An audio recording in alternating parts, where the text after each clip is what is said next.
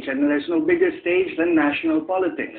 That was Gloria Swanson playing Norma Desmond in the 1950 movie Sunset Boulevard.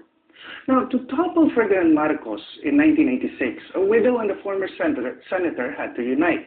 Cory Aquino, of course, was the widow of Benigno Aquino Jr., who had in turn been a childhood friend of Salvador H. Laurel.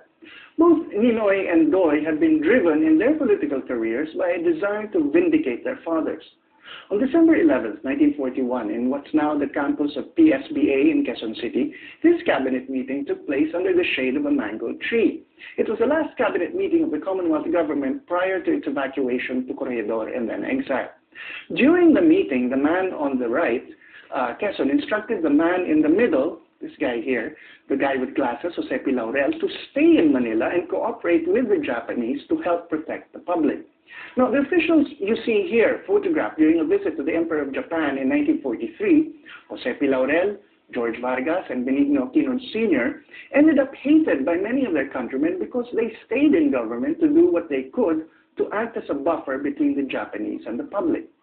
Ninoy Aquino, for one, became a daring politician, a man in a hurry, because of the trauma of seeing his father become so unpopular during the war, and then only end up dying of a heart attack during a boxing match before he could resume his political career after the war.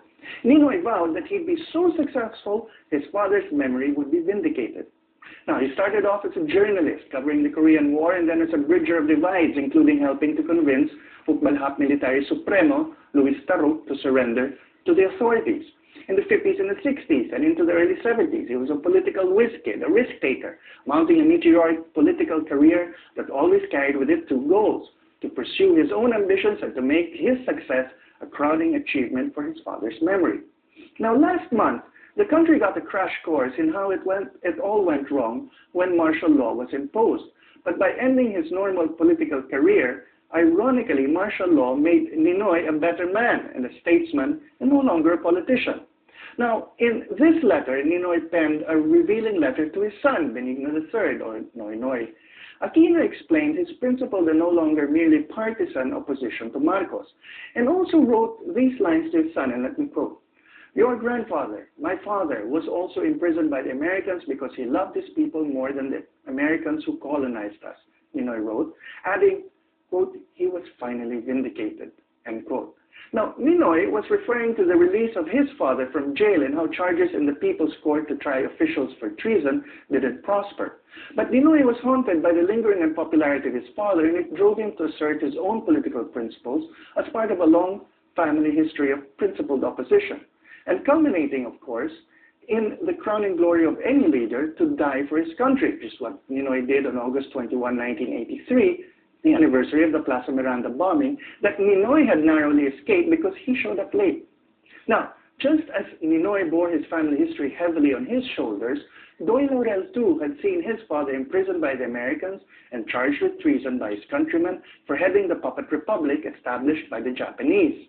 Now, Laurel's wartime role made him a target for assassination attempts by the guerrillas, and Doy knew his father had sought political rehabilitation by means of the other kind of vindication politicians seek: election. Not just infrastructure, but the well-ordered political establishment had been destroyed by World War II. Men like Teofilo Sison, whom you see here and who was our first Secretary of National Defense, like Laurel and Aquino, had faced charges of treason, and some had never recovered politically. Sison, for one, because he was actually convicted of treason, though later pardoned. Aquino, for another, because he died before he could resume his political career. Now, Laurel, for his part, would try to make a comeback. But hanging over everything was a question of collaboration. In the 1946 elections, Osmeña accused Roxas of collaboration, while Roxas accused Osmeña of being old and out of touch. Roxas barnstormed the country. Osmeña made only one speech. Guess who lost? And yet, crowning his career with his greatest defeat became for Sergio Osmeña his greatest victory. And this suggests another kind of rehabilitation, a rare one for politicians who too often are considered only as good as their ability to win elections. Here's the late Teodoro M. Locsin Sr. telling us why Osmeña could view defeat as a victory, and has gone down in history as a man who was ennobled by his defeats.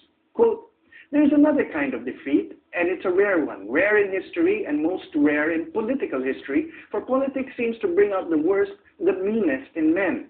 It's more than just honorable, it's glorious, and that is defeat from self-denial, to lose when one might have won out of a sense of high purpose. Such was the defeat of President Osmeña in the 1946 presidential election. End quote.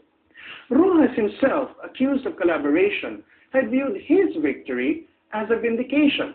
His successor, Elpidio Quirino, who lost his wife and some of his children to the Japanese, in turn brought up the collaboration issue against Laurel, who then granted an amnesty by Roxas in 1948. The 1949 elections had Quirino, a genuine victim of the Japanese occupation, facing off against Laurel, who had been puppet president under the Japanese, and who lost in a famously bitter and controversial election that year. Laurel, having lost his bid for the presidency, decided to run instead for the Senate because he felt he still needed a popular mandate to settle once and for all his true standing before the people. When Laurel was successfully elected senator, he could rest easily, having proven he'd been rehabilitated by the public. And so he gave way in 1953 to Ramon Magsaysay to ensure not only one opposition candidate would face off against Quirino, but also that when Magsaysay ended up defeating Quirino, in a sense, it would vindicate Laurel's 1949 loss too. Fast forward 40 years to the rise to the presidency of Joseph Ejercito Estrada. Now, Estrada had been mayor of San Juan for 2 decades when he was removed after the EDSA revolution, purged local governments of Marcos-era officials. Now, this forced Estrada to train his sights on higher office to vindicate himself. But this would bring him up against his own vice president, who, a mere 3.5 years after their inauguration, would succeed Estrada. Now, aside from his own legal problems, Estrada's premature removal from office triggered in him the urge to find political vindication and achieve a kind of historical rehabilitation.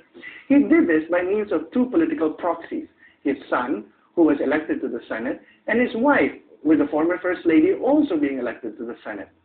But this, in turn, has left Estrada still wanting an additional vindication to return to the presidency, although it's complicated by his having accepted a pardon from his successor, the president. Now, whether they would end up tied to each other, not by friendly obligations like this photo from Cebu just recently, but by a web of legal requirements because of the pardon, remains to be seen.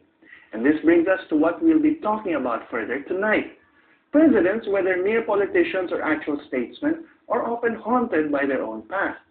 Sometimes they seek the low road or the high road to seek vindication, even after their terms.